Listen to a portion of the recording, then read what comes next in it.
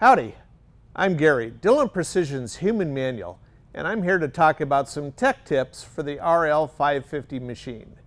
This is going to help you keep your machine running after you've had it a while. We're going to hit on some issues that you might run into just due to age and use. Another common cause for failure to feed primers is that the plastic magazine tip has become damaged or deformed over time.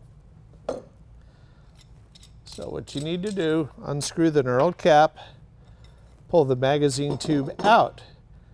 Now, if you look on this tip, you'll see that there's a deformity to the ridge that allows it to align, and therefore the primer magazine tube will not fully insert into the primer slide. When that happens, all the primers come cascading out, just like throwing a deck of cards against the wall. Bad thing to happen. So I have a replacement magazine tip. If you find that yours are damaged or deformed, again, please call Dillon, email Dillon. We drop a couple of new padded envelope, we send them to you. The whole reason that this part is plastic is we want it to be flexible. If you get a primer that's sufficiently out of round or high anvil and it doesn't feed fully, the plastic tip will deform and allow the primer to be undamaged as opposed to squishing the primer, setting it off, making a real loud noise and ruining your afternoon. So to get the plastic tip off, just catch it on any sharp edge and pluck. See? Now to put the new one on, it's going to be a tight fit. So you get it started with your fingers, and there's that aligning ridge that we just talked about.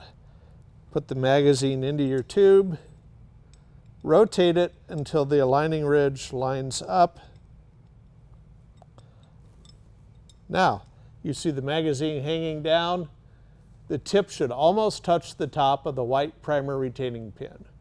That lets you know that it's dropped in all the way. If it's sitting up high, then it's not inserted fully.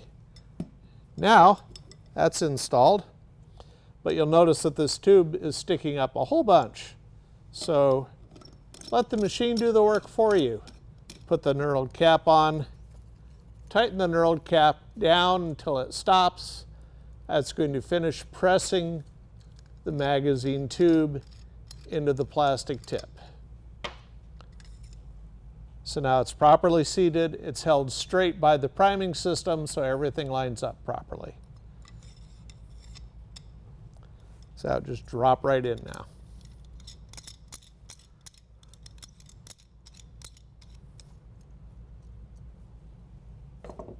And just again, a gentle reminder, there are two magazine tubes. There's one for large diameter primers, which has a thinner wall, one for small diameter primers, which has a thicker wall. The plastic tips are different as well. We use a blue colored tip for small primers, use the red colored tip for large primers.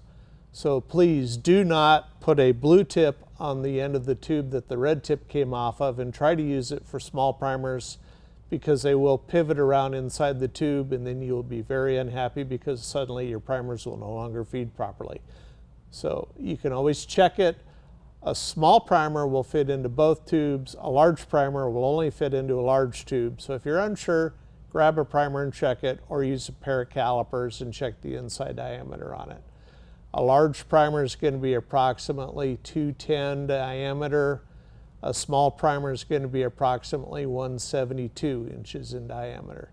So there's not a huge difference, but it's just enough and it is critical.